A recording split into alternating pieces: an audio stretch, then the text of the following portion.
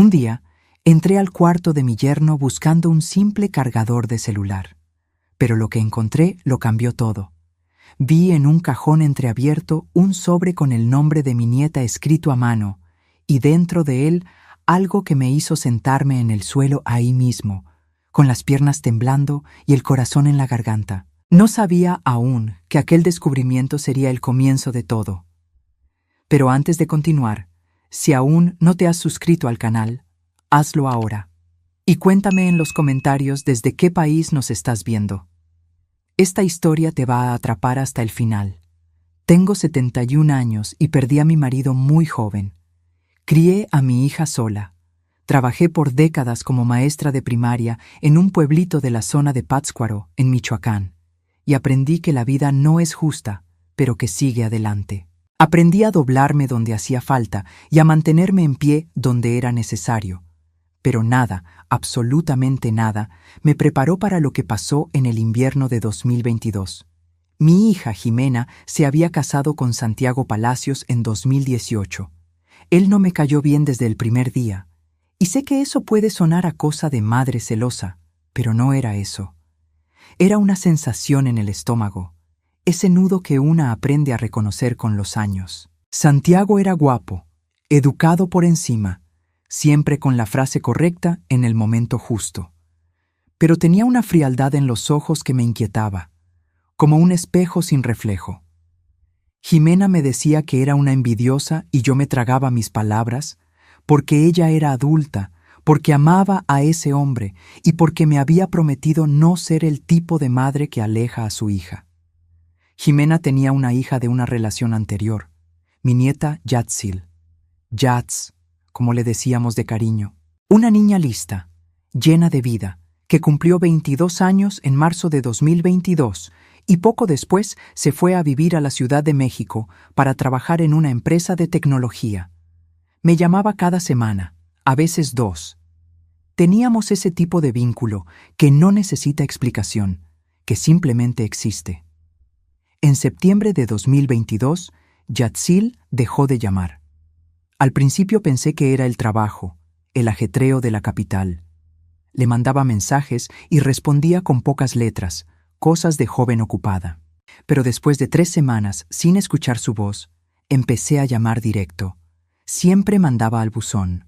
Me puse en contacto con una colega suya que tenía en WhatsApp, una muchacha llamada Itzel, y ella me dijo algo que me heló la sangre. Yatsil no se presentaba a trabajar desde hacía 2 semanas. Habían intentado contactarla sin éxito. Iban a tener que darla de baja si no aparecía pronto. Llamé a Jimena de inmediato. Ella se portó extrañamente tranquila. Me dijo que Yatsil había decidido hacer un viaje espontáneo, que estaba bien, que a veces los jóvenes necesitan su espacio. Habló con un tono casi irritado, como si yo estuviera exagerando. Y a Santiago, que estaba al lado de ella durante la llamada, le escuché la voz de fondo diciendo que Yatsil era impulsiva, que aparecería pronto, que no tenía por qué preocuparme tanto. Colgué el teléfono con ese nudo en el estómago que ya conocía bien. Pasé 2 semanas tratando de convencerme de que estaba siendo dramática. Pero entonces recordé que Yatsil me había dado una copia de la llave de su departamento en la colonia Roma. Por cualquier emergencia, abue, ya sabes. Me dio esa llave la Navidad pasada, con una sonrisa que decía que esperaba nunca tener que usarla, pero que se sentía mejor sabiendo que yo la tenía. Tomé un autobús hacia la Ciudad de México yo sola. Mis hijas dirían que fui imprudente, pero ya no tenía más hijas que me dijeran nada, porque la única que tenía me estaba asegurando que todo estaba bien, mientras algo dentro de mí gritaba que no era cierto. El departamento de Yatsil estaba cerrado, pero limpio. Sus cosas estaban ahí. Su rebozo favorito en el perchero, la maceta que cuidaba con tanto cariño en la ventana, la laptop sobre la mesa. No parecía un abandono voluntario. Parecía una interrupción. Fui a la delegación. El oficial me escuchó con la paciencia de quien oye a una abuela preocupada cada semana y me dijo que iba a registrar el acta, pero que los adultos tienen derecho a desaparecer si quieren. Me dio un número de folio y una sonrisa que no le llegaba a los ojos. Regresé a Michoacán con la sensación de que me habían empujado de vuelta al principio. Pero tenía el número de folio, tenía la llave del departamento de Yatzil, y tenía esa vieja certeza de maestra que sabe cuándo un niño está mintiendo. Algo estaba muy mal. Fui a visitar a mi hija y a mi yerno una semana después. Al llegar a su casa, Jimena había ido al mercado, pero Santiago estaba allí y me recibió con esa cordialidad fría que siempre identifiqué como una fachada. Me ofreció café de olla, preguntó por mi salud, habló de Yatzil con demasiada ligereza, como quien habla de un viaje de vacaciones. Necesité usar el baño y pedí permiso para pasar por el pasillo. La puerta del despacho de Santiago estaba entreabierta. Iba a pasar de largo, prometo que iba a pasar de largo, pero algo me hizo detenerme. Quizás instinto, tal vez la mano de Dios, pero me detuve. Entré al despacho. No estaba buscando nada, pero allí estaba, sobre la mesa, parcialmente cubierto por un papel, un sobre de color paja de tamaño carta con la caligrafía inconfundible de Yatzil. Ella tenía una letra redondita y ligeramente inclinada que yo reconocería en cualquier parte del mundo. Mi mano fue hacia ese sobre antes de que mi cerebro tomara la decisión. Dentro había una hoja doblada. Cuando la abrí, era una carta. Una carta de Yatzil para su mamá, escrita a mano, con una letra que temblaba en los bordes. Decía que había descubierto algo, que había visto documentos, que tenía miedo. La última frase de la carta era: «Mamá, si recibes esto es porque no pude decírtelo en persona. Busca a la abuela, ella sabrá qué hacer». La fecha era de agosto, 3 semanas antes de que dejara de ir al trabajo. Doblé la carta, la metí en el bolsillo de mi suéter con las manos trémulas, salí del despacho, fui al baño, cerré la puerta y me senté en el suelo con la espalda apoyada en el azulejo. 61 años de vida me enseñaron a no gritar cuando el grito es peligroso. Me quedé ahí respirando hasta que pude levantarme. Me lavé la cara, me miré al espejo y supe que a partir de ese momento no podía confiar en nadie dentro de esa casa. Salí de la casa de Jimena con la carta en el bolsillo y una sonrisa en la cara que me costó cada gramo de mi fuerza. Dije que tenía dolor de cabeza, que me iría a descansar al hotel donde me hospedaba y que al día siguiente almorzaríamos juntas. Santiago me miró un segundo más de lo necesario, pero no dijo nada. En el hotel leí la carta de Yatzil 3 veces. No entraba en detalles sobre lo que había descubierto, probablemente por miedo a que la carta fuera interceptada antes de llegar a su madre. Pero había una frase que me detuvo. «Mira los números, mamá. Mira lo que le hizo a los números de la empresa de la abuela». Mi marido, Mateo, que en paz descanse, había dejado al morir, además de mucha ausencia, una pequeña empresa de distribución de materiales de construcción que yo mantuve funcionando por años antes de pasarle la gestión a Jimena. Era una empresa modesta pero estable, que nos daba un sustento digno a las dos y tenía un patrimonio que representaba la seguridad de nuestra familia. Cuando Santiago entró en la vida de Jimena, poco a poco fue asumiendo la parte financiera. Jimena decía que él le sabía a los números, que estaba ayudando. Yo nunca quise ver, preferí creer. Llamé al contador de la empresa, un señor llamado don Hipólito que trabajaba con nosotros desde hacía casi 20 años. No dije mucho, solo le pedí que me mandara los estados financieros de los últimos 3 años por correo, que necesitaba revisar unas cosas. Don Hipólito era leal y discreto. Los archivos llegaron a mi bandeja de entrada en menos de 1 hora. Pasé la madrugada volcada sobre esas tablas con mis lentes de aumento y una pluma en la mano, anotando en el cuadernito que siempre cargo en la bolsa. Nunca fui experta en contabilidad, pero fui maestra el tiempo suficiente para saber cuándo los números no cuadran. Y esos números no cuadraban para nada. Había transferencias a una cuenta que no reconocía. Compras de maquinaria que nunca aparecieron físicamente en la empresa. Pagos a proveedores con nombres que no estaban en ningún contrato que yo conociera. En 3 años, habían salido de la empresa cerca de 1,5 millones de pesos en transacciones que no tenían sentido. Apenas había dormido cuando salió el sol. Recordé a una mujer que una amiga mía había mencionado meses atrás, en una plática informal sobre un problema de herencia. Una investigadora privada que trabajaba en Morelia, exinvestigadora de la Fiscalía, llamada Doña Rosario de los Santos. Mi amiga hablaba de ella como alguien muy capaz y discreta. Anoté el nombre en su momento sin saber por qué. Lo encontré al fondo de mi cartera, escrito al reverso de una tarjeta de una farmacia. Llamé a las 8 de la mañana. Ella contestó al segundo tono con una voz calmada que transmitía autoridad sin ser prepotente. Le expliqué a grandes rasgos lo que tenía. Ella me citó para vernos ese mismo día por la tarde, en un café en el centro de Morelia. Doña Rosario tenía sus 60 años bien vividos, el cabello cano recogido en un chongo bajo y unos ojos que parecían estar siempre evaluando una escena del crimen, incluso en una tarde común de miércoles en un café con olor a pan dulce. Me escuchó sin interrumpir. Cuando terminé, se quedó en silencio por unos segundos. Entonces me preguntó, ¿mi yerno tenía acceso a la documentación personal de Yatzil? La pregunta me tomó por sorpresa. Respondí que sí, que él y Jimena eran cercanos a Yatzil, que ella pasaba fines de semana en su casa a veces. Doña Rosario anotó algo en su cuaderno y dijo algo que se quedó resonando en mi cabeza durante días.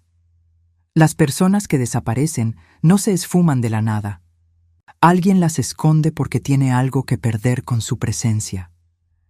Me pidió 3 cosas: las tablas que don Hipólito me había mandado, la carta de Yatzil y que yo regresara a casa y actuara con absoluta normalidad, sin confrontar a Santiago, sin dar señales de que sabía algo.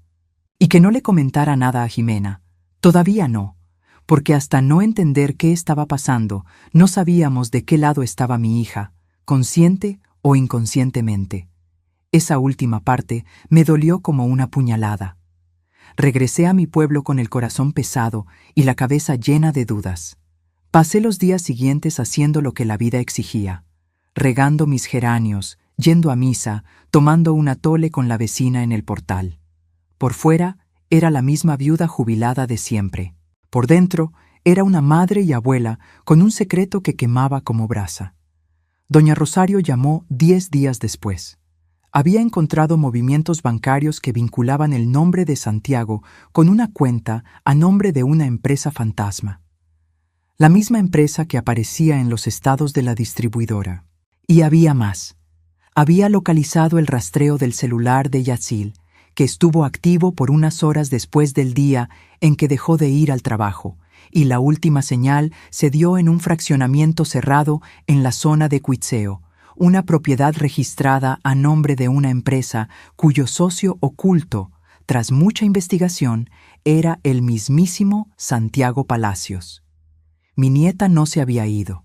La tenían retenida en algún lugar. Y ese lugar era de Santiago.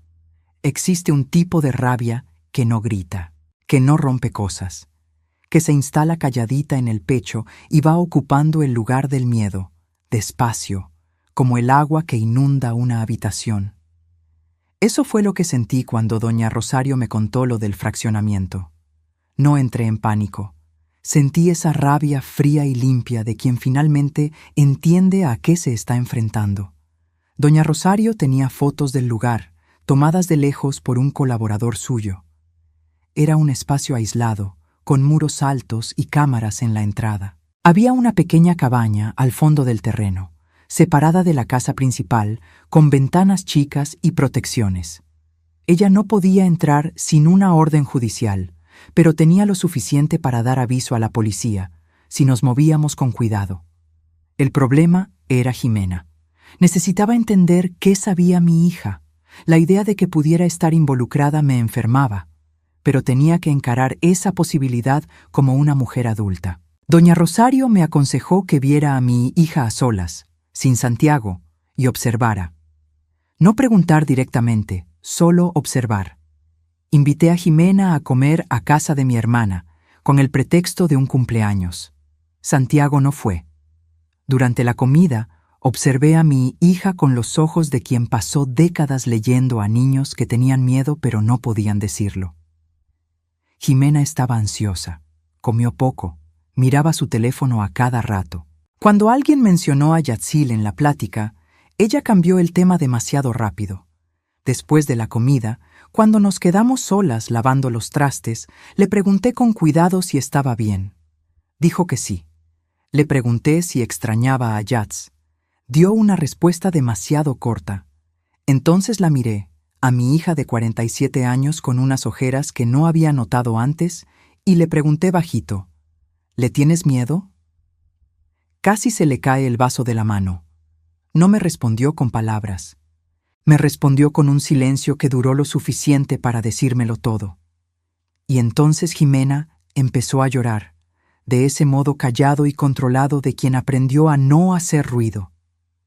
Me contó a pedazos, con la voz entrecortada, que Santiago había cambiado en los últimos años, que la controlaba, que leía sus mensajes, que la amenazaba con cosas que ella no podía ni repetir. Que cuando Yatzil empezó a hacer preguntas sobre las finanzas de la empresa, Santiago se puso furioso. Que una noche ella lo escuchó al teléfono diciendo que el problema de Yatzil tenía que resolverse antes de que se saliera de control. No había ido a la policía porque tenía miedo.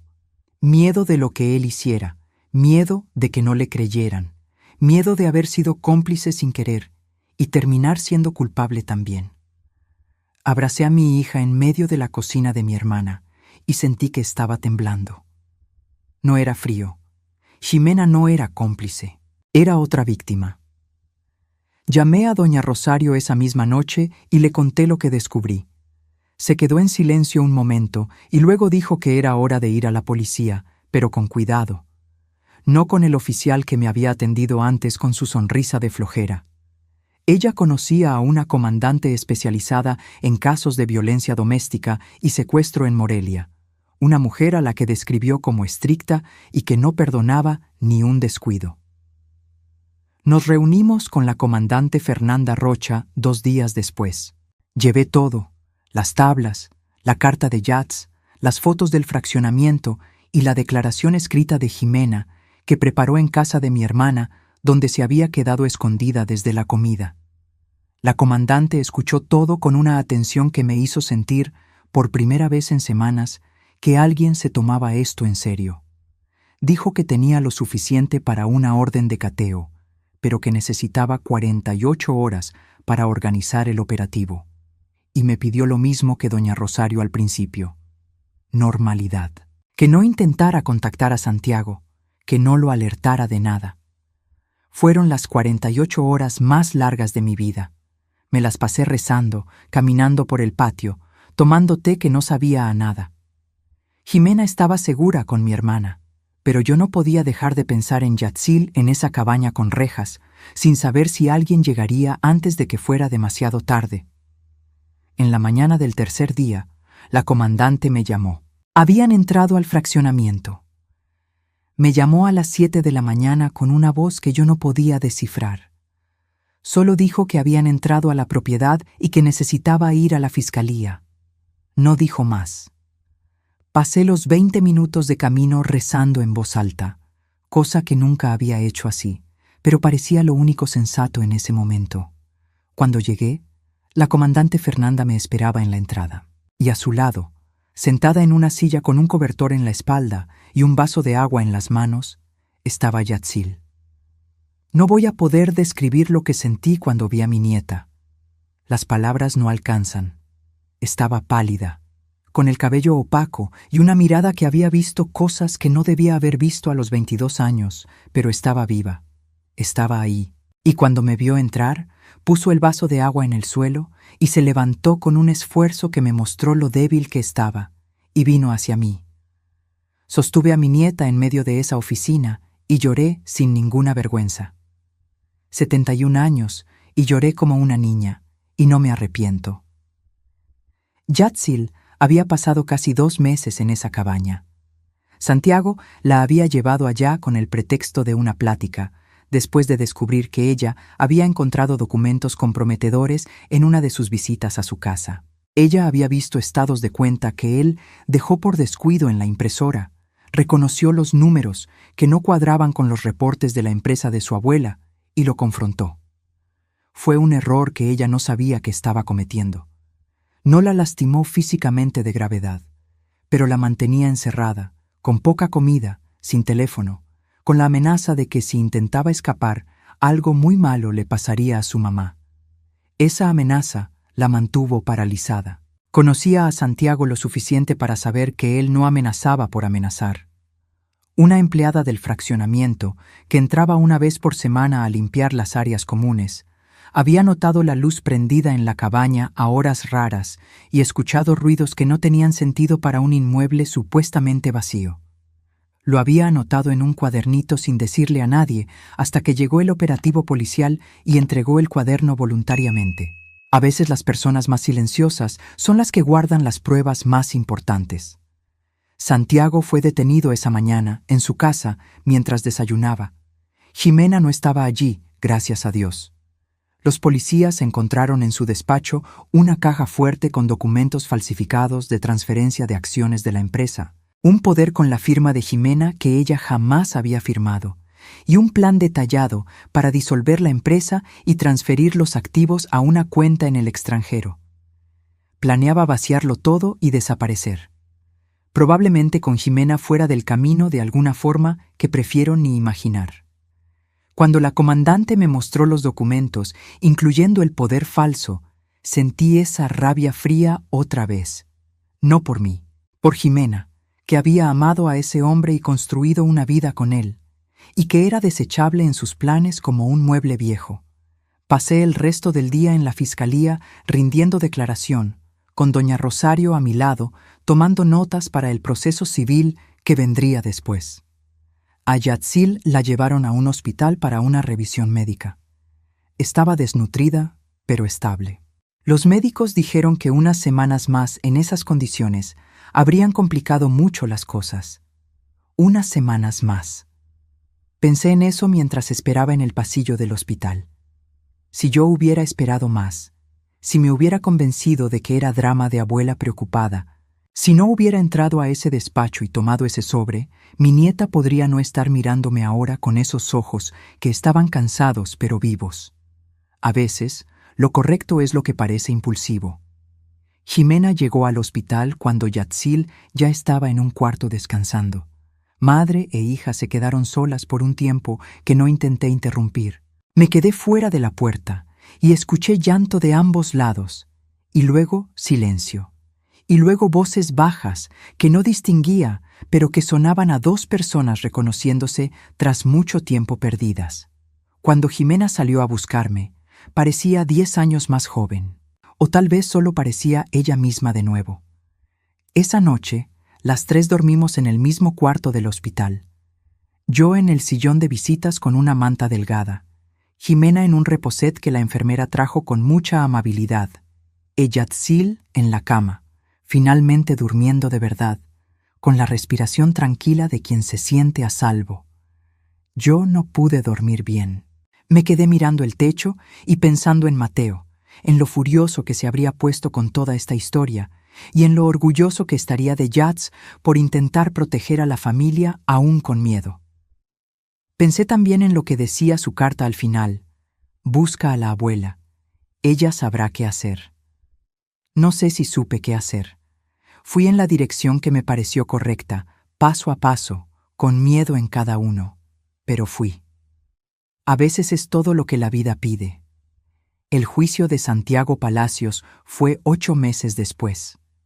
Yo estaba sentada en la primera fila del tribunal con Jimena de un lado y Yatzil del otro, las tres de la mano como si fuéramos una sola persona, que en cierta forma lo éramos.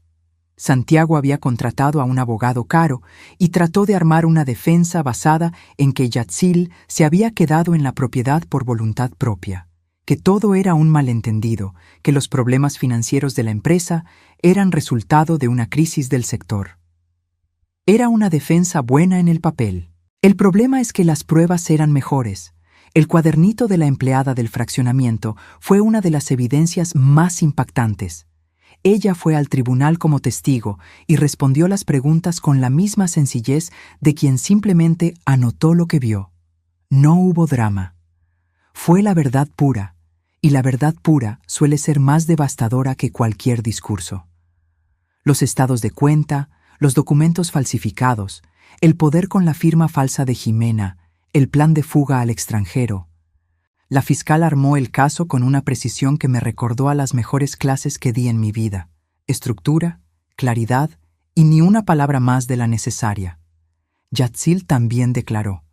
La vi entrar a ese tribunal con la espalda erguida y la voz firme, y tuve que aguantarme el llanto con todas mis fuerzas. Contó sobre la tarde en que fue abordada, sobre las semanas en la cabaña, sobre el miedo constante y la amenaza contra su madre, que la mantuvo callada tanto tiempo. No temblaba. Era mi nieta entera en ese momento, más fuerte que cualquier cosa que ese hombre intentó romper en ella. Santiago fue condenado a 15 años por secuestro, privación ilegal de la libertad, fraude y falsificación de documentos. Cuando la jueza leyó la sentencia, escuché a Jimena soltar un aire que parecía guardado desde hacía mucho tiempo. Le apreté la mano y no dije nada. No había nada que decir. En los meses que siguieron, reconstruimos lo que se podía reconstruir. La empresa familiar pasó por una auditoría completa. El dinero desviado se recuperó en parte, lo suficiente para estabilizar el negocio. No nos hicimos ricas, pero no lo perdimos todo, que era lo que él planeaba. Jimena fue a terapia. Yatzil también. Yo fui una vez, y la psicóloga era joven y amable, pero preferí mi método para procesar las cosas. Caminar por el patio temprano, platicar con Mateo frente a su foto que está en la cómoda y escribir en un cuaderno que compré específicamente para guardar esta historia, porque quería que esta historia se guardara, no por la parte dramática, ni por el villano o el juicio o la cámara de noticias que apareció fuera del tribunal. Quería guardarla por lo que aprendí y por lo que espero que otros puedan aprender si algún día leen estas palabras. Aprendí que el instinto de quien envejece no es paranoia, es memoria acumulada. Cuando ese nudo en el estómago aparece frente a una persona, una situación o un silencio que no debería ser silencio, está diciendo algo. Nos preocupamos tanto por no parecer difíciles, por no arruinar el momento, por no ser la suegra metiche, que aprendemos a tragarnos nuestro propio instinto. Y el instinto tragado tiene un costo muy alto. Aprendí que proteger a quienes amamos a veces exige que enfrentemos la posibilidad de que las personas que amamos también estén siendo destruidas. Jimena era víctima tanto como Yatzil, solo que de un modo diferente, más invisible. Pude haberme enojado con ella por dejar que las cosas llegaran hasta ahí. En cambio, necesité ver el miedo que la paralizaba, porque ese miedo era real y legítimo, y nadie combate el miedo ajeno con juicios. Aprendí que pedir ayuda no es debilidad de vieja sin fuerzas, es inteligencia. Doña Rosario sabía cosas que yo no. La comandante Fernanda tenía herramientas que yo no. Don Hipólito tenía los números que eran la llave de parte del problema. Ninguna de nosotras resuelve nada completamente sola, y fingir que sí es el tipo de orgullo que sale caro. Y aprendí, tal vez de la forma más dolorosa, que a veces las personas que entran a nuestra familia no entran por la puerta que imaginamos. Entran por la debilidad, por el duelo, por la soledad, por la necesidad que todos tenemos de creer que las cosas van a mejorar. Santiago entró por la vulnerabilidad de Jimena tras una relación difícil y se fue instalando despacio, moviendo cada pieza hasta que la familia entera estuvo donde a él le convenía. Eso no fue culpa de Jimena. Ella fue manipulada por alguien entrenado en manipular. Pero podemos aprender a reconocer esos patrones antes de que el daño sea irreparable. Hoy, un domingo de sol aquí en Michoacán, Yatzil está sentada conmigo en el portal tomando café. Regresó a la Ciudad de México, consiguió un trabajo nuevo y está estudiando la universidad de noche. Viene a verme una vez al mes. Jimena vive a 3 calles de aquí, empezando de nuevo poco a poco, sembrando unas hortalizas en su patio que dice que van a alimentar a todo el barrio si la dejan. La empresa sigue funcionando, más chica que antes, pero derecha. Con eso basta. La semana pasada, Yats me mostró un mensaje que recibió de una mujer desconocida en redes sociales. La mujer decía que había leído del caso en el periódico y que estaba pasando por algo parecido, que su novio controlaba sus cuentas, que tenía miedo de denunciar. Yats le respondió con el teléfono de la fiscalía especializada y con el número de una red de apoyo. Luego me mostró el mensaje con los ojos brillando. Abue, creo que podemos ayudar a más gente con esto. Estamos pensando en crear un canal de información, una forma sencilla de compartir lo que aprendimos, de hablar sobre señales de alerta, de dónde pedir ayuda, de cómo proteger las finanzas de la familia, de cómo confiar en el propio instinto. No somos expertas. Somos dos mujeres que pasaron por algo muy difícil y salieron del otro lado. A veces eso es lo que la gente necesita escuchar. No a la experta con el título en la pared, a la abuela con el cuadernito que entró a un despacho buscando un cargador y encontró la verdad. Si hay algo que quiero que te lleves de esta historia, es esto. No ignores lo que sientes. No te tragues ese nudo en el estómago por no parecer difícil. No esperes a tener la certeza absoluta antes de actuar. La certeza absoluta suele llegar demasiado tarde. Y si estás pasando por algo parecido ahora, si tienes miedo de alguien dentro de tu casa, si sientes que la persona que debería protegerte te está asfixiando, busca ayuda. No necesitas tener todas las respuestas antes de dar el primer paso. Yo no las tenía. Solo tenía un sobre con la letra de mi nieta y décadas de instinto acumulado. Fue suficiente. Si esta historia te tocó de alguna forma, suscríbete al canal para no perderte los próximos relatos. Dale like, compártelo con alguien que necesite escuchar esto hoy y cuéntame en los comentarios desde dónde nos ves. Cada comentario me demuestra que vale la pena seguir contando estas historias. Y si quieres ser parte de una comunidad que cree que las historias tienen el poder de cambiar vidas, considera hacerte miembro del canal. Es una forma de caminar juntos en este viaje. Hasta la próxima historia. Con cariño, de una abuela que aprendió que nunca es tarde para hacer lo correcto.